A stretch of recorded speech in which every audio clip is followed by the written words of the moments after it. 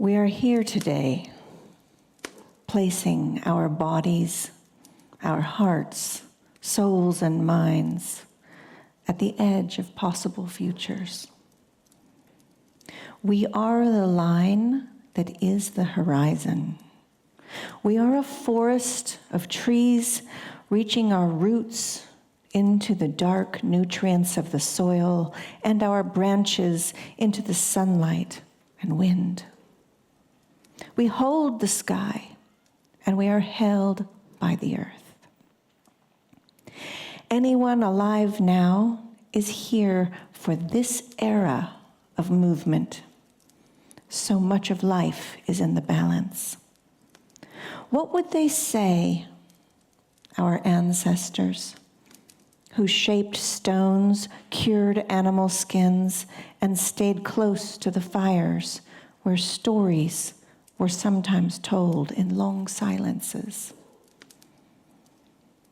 To be in silence together is to be just as much in communication as to converse in verbal language, if not more.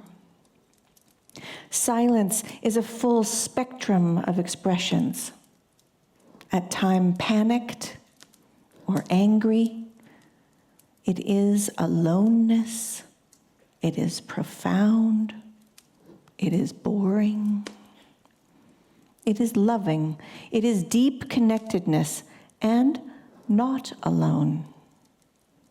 Our communicating machines will never be able to surveil the entire conversations that we can have in absolute silence. Even as I write these words, they say as much about what has not been said as what I have written. Even as I read these words, there is much in what I have not spoken. There, in that place of being alive, we are digitally unreachable. I'm not afraid of technology. I'm more concerned that you and I will abdicate our humanity and our creaturely dignity. The invitation I'm offering you today is to remember yourself into your aliveness. Even as we are exploring the possible technical inevitable, go ahead. Celebrate the digital, but do not forget that you are, I am, all of life is primarily analog. It's wiggly, slimy, stinky, fierce, poisonous, furry, uncontrollable. I have spent decades, generations even, communicating the importance of ecologies and the complexity of life. There is one thing I can never seem to adequately convey. Life is moving. It is by necessity moving. All the organisms in a forest, a meadow, an ocean, a society, a family are in constant response to one another. They're all adjusting, learning, shaping, calibrating, morphing continually. Continuing to be alive requires discontinuing, requires movement of perspective, perception, even limbs. This is evolution. This is life, moving. In this infinite moving swirl of life, what is information? How might we think about information that's also moving? In my work on warm data, I've been researching the question of what is information that is itself alive? Living information to make sense of a living world. I am at my core untamed, as are you. Tucked into your seats in rows, in trousers with industrial inseams, we may be thinking of our professional lives, But just below the surface, we are creatures. We can scream at the screen, but it cannot scream back.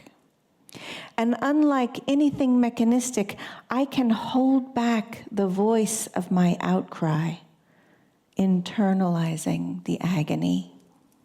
I can pretend to be okay when I'm not. The impossible miracle of being alive includes the frustration of dreams where you scream and no sound comes out. I breathe and I can hold my breath. I sneeze, but often cannot hold back a sneeze.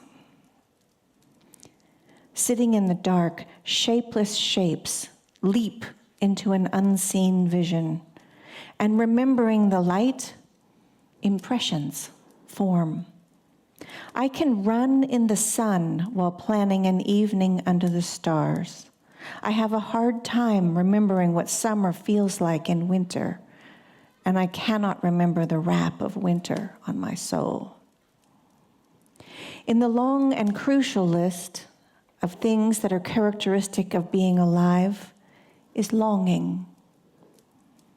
The computer will never know what it is to wake up the morning after your heart has broken and face the day cracked in yesterday's disaster.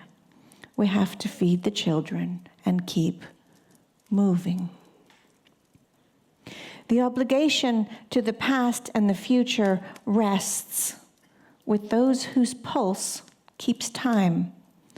Somehow, other creatures seem to have more time. Can you feel your pulse? Notice the soft lifting of your chest as your breath comes and goes. And your vertebrae, your heartbeat, the warmth of your skin.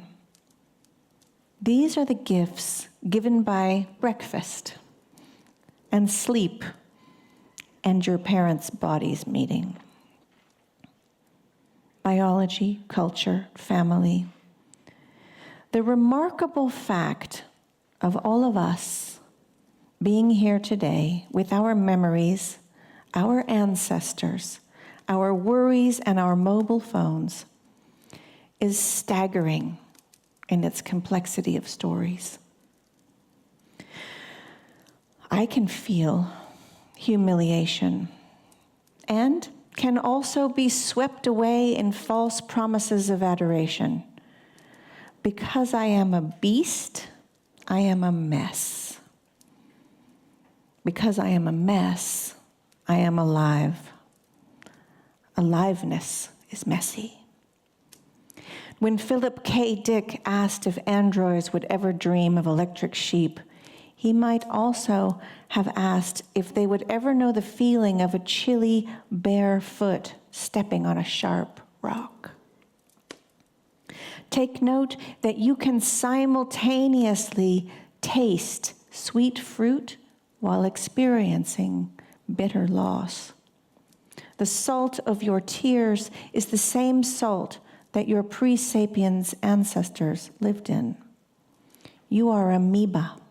You are bacteria. You are millions of mites and microbiomes. You are a body whose cells are only 10% human in their DNA. You are an ecology. Did you know that? You're mostly other than human. So, you have the precious and necessary possibility to rage, to roar and bite and scratch and screech, to nuzzle and rest in the curves of another being, to hunger and to shiver, to thirst and to sweat, to howl and to nest, to pee on the ground. You can be years in the unpredictable timings of mourning the loss of a loved one, My God, you can daydream. We have no idea how that works or why.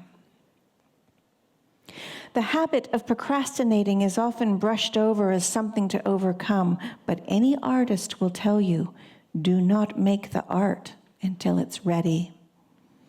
That readying is not in your Calendarly. It is of another notion of time. Procrastinating is deeply necessary too.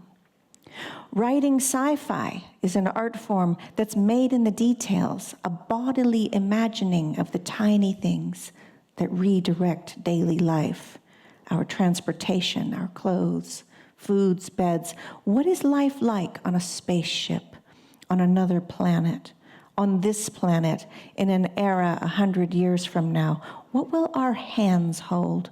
What will we fill our bellies with? The creature is capable of turning on a friend, of self-destruction, of using democracy to vote for dictatorship. Irrationality is not so much the dreamy logic of life, but the unmovable.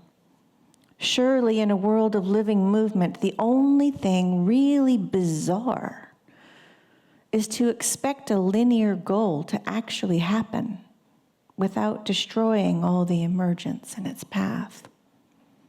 As creatures that bear young mammals that know intrinsically the kinship of being, we are capable of making sacrifice.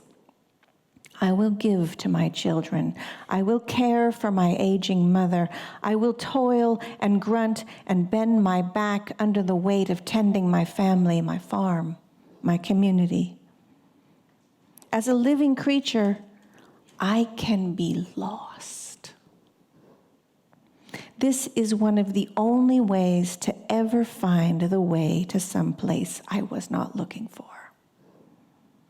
The unseen movements that bring pathways of possibility are in motion. They are not there to be analyzed, strategized, or calculated. This is culture. This is creature. This is ancient. A deer, nervous and sensitive, knows its vulnerability, can sense a wolf across a field. So many generations of learning are moving through its system, and yet it cannot sense a car on a road. That requires a sensitivity to another set of sounds. Music is a howling, a crooning, an integration of body and soul. We become the whales, the birds and wolves we have always been. Wondering about all these aspects of being alive we've never thought about is critical now. Curiously, as we meet AI, we're noticing what it means to be creatures.